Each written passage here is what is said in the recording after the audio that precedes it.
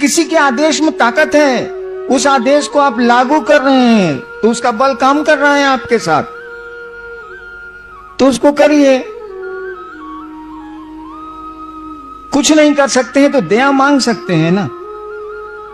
मांगने में क्या, उसमें कौन सी दिक्कत है, से बता दीजिए।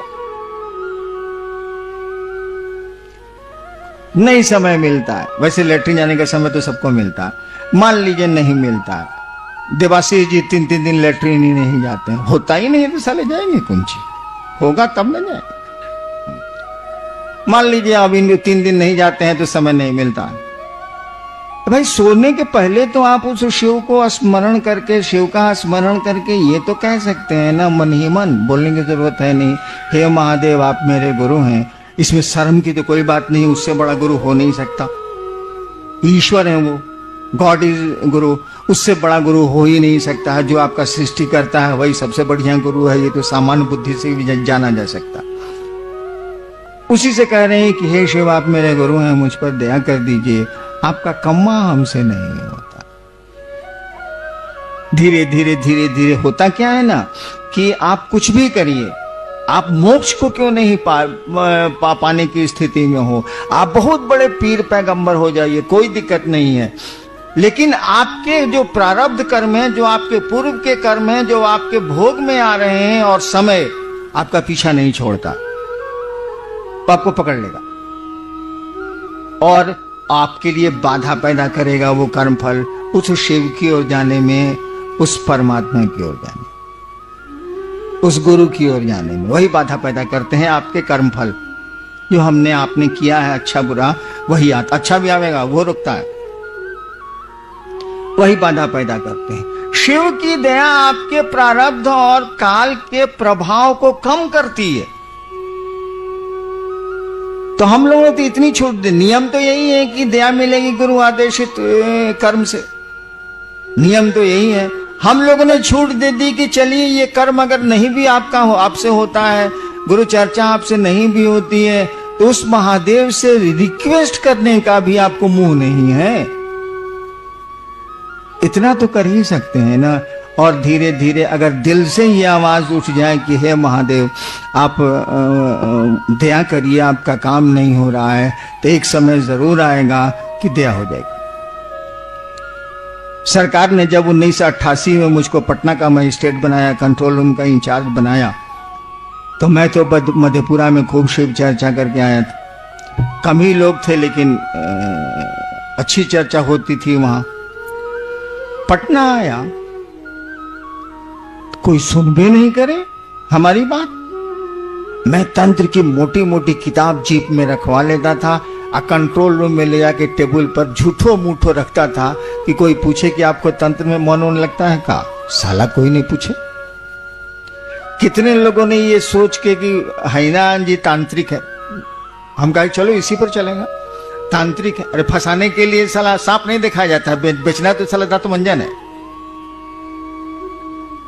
कितने लोगों ने हमको कहा कि देखिए आप बहुत पूजा पाठ करते हैं, बहुत किताब उताब लेके चलते हैं, इससे ज्यादा तो लोग जानता नहीं था।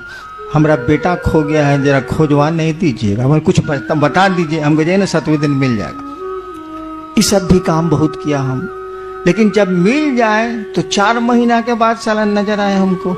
हम कहा ये साहब आप 4 महीना पहले मिले थे, बेटवा मिला तो खबर करने आए, उसके बाद आप 4 महीना के बाद नजर आ रहे हैं। कहा क्या करें सर, बगल वाला हमारी बीवी को बड़ी गाली देता है, सोचा कि आपसे थाना में फोन करा देते हैं। हमको उठ यहाँ से साला, तुम कंट्रोल में हिम्मत कैसे किया आने का, निकल यहाँ से साले पुलिस ऑफिसर निकल। मैंने गुस्सा के उसको मैं डांट देता था कि साला हमरा तो दंतमंजन कीना नहीं, सांप भी देख लिया दंतमंजन कीना नहीं, इससे हमको क्या मतलब। ये स्थिति थी कि हमने खाना छोड़ा। हमने पत्नी को कहा कि एक शिवसी से नहीं बन रहा है साला, आज बच्चों का खाना बनेगा, यही अन्नू मोनू लवली छोटे छोटे थे, खाना बनेगा, हम लोग का खाना बंद रहेगा। 2 दिन खाना छोड़े, हम तो खाना छोड़ने के ऐसे भी मास्टर हैं, सब लोग जानता है। 2 दिन खाना छोड़े, मेरा महादेव, मेरे टीवी के चैनल में कुछ आता है जो दूसरों को नहीं आता, हम क्या कर सकते हैं, झूठी बात सही। मेरे महादेव ने कहा जिद नहीं करो, खाना खाओ। तो अब क्या करें, हमारा टीवी झूठे बोल रहा है तो हमारे लिए टीवी, हम आपका टीवी कहाँ से लावेंगे भाई साहब, जो मेरे पास है वही न रहेगा। खाना खा लिया। शाम होती थी जब मैं लौटता था कलेक्ट्रेट से, तो बालकोनी में, सरकारी क्वार्टर था, बालकोनी में कुर्सी लगा के हम पत्नी मेरी बैठे रहते थे कि लोग आ रहा है कहीं इधर तो नहीं आ रहा है, आवेगा तो साले को चाय भी पिलाएंगे और शिव चर्चा भी सुनाएंगे। साला आवे और उधर मुड़ जाए, अफसोस फ्लैट है, बहुत क्वार्टर है उसमें, उधर मुड़ जाए, हमके दूर साला कोई नहीं आया। 9 महीना बीत गया, एग्जैक्ट 9 months, 9 महीना बीत गया और एक आदमी शिव से नहीं बना। हमारे जैसा हल्ला करने वाला, मैं बहुत बवाली आदमी रहा हूं आज तक, हमरे जैसा हल्ला करने वाला, महादेव को पेरने वाला, और जितनी ताकत थी मैंने इस्तेमाल किया, और महादेव की दया से कुछ ताकत आपसे ज्यादा जरूर रही है, अब नहीं है। अब आप ताकतवर हैं, मैं बहुत कमजोर हूं। देखिए, पहला सूत्र याद करिए, हे शिव आप मेरे गुरु हैं। शुरुआत की पंक्ति यही है। यानी आप अपने माइंड को, एक नया आदमी है वो अपने माइंड को सजेस्ट कर रहा है, अपने मन में ये विचार डाल रहा है कि हे शिव आप मेरे गुरु। यानी कि वहां खड़ा है वो आदमी, मैं, मेरे गुरु, और तुरंत कहता है वो कि मैं आपका शिष्य हूं। यानी अब झुक रहा है वो, अभी मेरा है, मैंने पकड़े हुए है वो, तो माइंड को सजेस्ट करना है कि मेरे गुरु शिव है, मेरे गुरु शिव है, मेरे गुरु शिव है। तब सजेशन चेंज कर रहा है उसका कि मैं आपका शिष्य हूं। अब यहां विनीत हुआ वो, झुका वो, और तब कहीं से चल जाएगा। अगर मन में इस बात की आवृत्ति ली जाए, दोहराया जाए, हे शिव आप मेरे गुरु हैं, मन ही मन, बोलने की जरूरत तो है नहीं, मन अगर समझता है कि हे शिव आप मेरे गुरु हैं, मैं आपका शिष्य हूं, तो बाद में मेरे गुरु हैं यह कम होने लगेगा, और मैं आपका शिष्य हूं ये बढ़ने लगेगा भाव। काम तो इतने ही से चल जाएगा। लेकिन आदमी समझता नहीं, वो सोचता है कि इसके बाद कुछ बोलना चाहिए, कुछ मांगना चाहिए महादेव से। इसीलिए हम लोगों ने कहा कि आप दया मांगो। दया वेग है, दया नहीं है तो ऐसा मिलेगा। ये तो कृपा का है कि करो भी और पाओ भी। दया में ऐसा कुछ नहीं है, मर्सी में कुछ नहीं है। वहां सभी नियम कानून अलग हो जाते हैं और दया काम करती है। जहां तक दया मांगने का भाव में क्या छिपा रहेगा, कुछ नहीं छिपा रहेगा। मन झुक जाएगा, मन पिघल जाएगा शिव की याद में, और कुछ नहीं रहेगा। और जान लीजिए, जब मन पिघलता है तो शब्द बंद हो जाते हैं, सोच बंद हो जाती है। आप देखिए, किसी का बहुत प्रेम कर रहे हो, बहुत आपका प्रिय पात्र कोई है, वो अचानक आपसे 10 साल के बाद मिल जाता है और आप वो दोनों पहचान लेते हैं, अकबका जाइएगा, कुछ बोल ही नहीं पाइएगा। कुछ देर के बाद तब फिर आपके विचार और आपके शब्द लौटेंगे, पूछेगा भैया तुम इतना दिन से कहाँ थे? अकबका गए आप, मैंने बोली आपकी बंद हो गई, कुछ सोच नहीं पा रहा है मन, अरे ये कहां से मिल गया भाई 10 साल के बाद।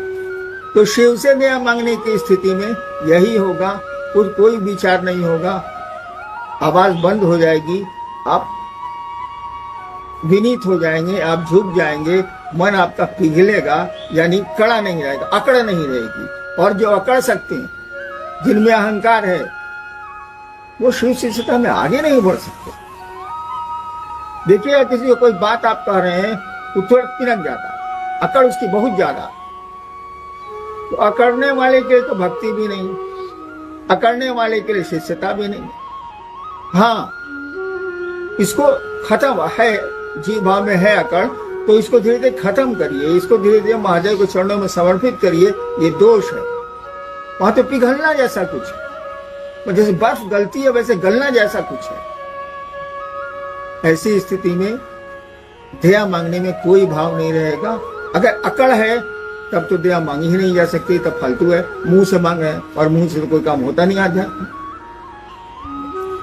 शिवमय मन को बनाने के लिए पहले बढ़िया गुरु को खोजिए, सही गुरु के पास जाइए।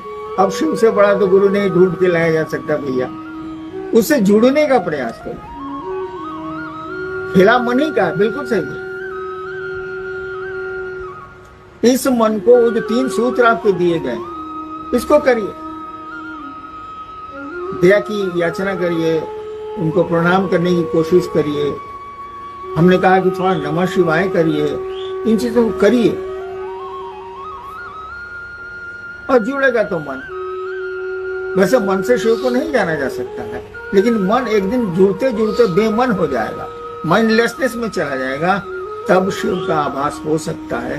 तो दुष्कर है, थोड़ा कठिन है, तब भी मन शिव जैसा तो हो जाएगा।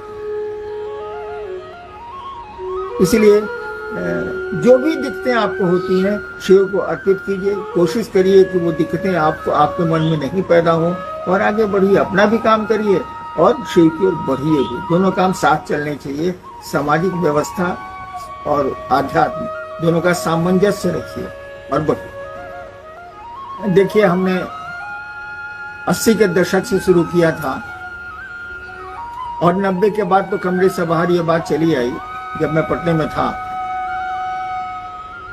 मेरी कोशिश रही है कि लोगों को शिव से जोड़ूं ताकि उनका मन विशाल बने, बड़ा बने, संकीर्णताओं से दूर हो। बहुत कुछ हुआ भी। शिव शिष्यता में संकीर्णताएं बहुत कम नजर आती हैं, नहीं के बराबर नजर आती हैं। कुछ लोगों में है कि हम इस जिला के रहने वाले हैं, इस जिला में दूसरा कोई नहीं आएगा। बहुत कम लोगों में है, ये बहुत छोटे लोग हैं, क्षुद्र विचार के लोग। लेकिन बहुत हद तक ये बात हटी है, दूर हो गई। जहां तक शिव शिष्यता का सवाल है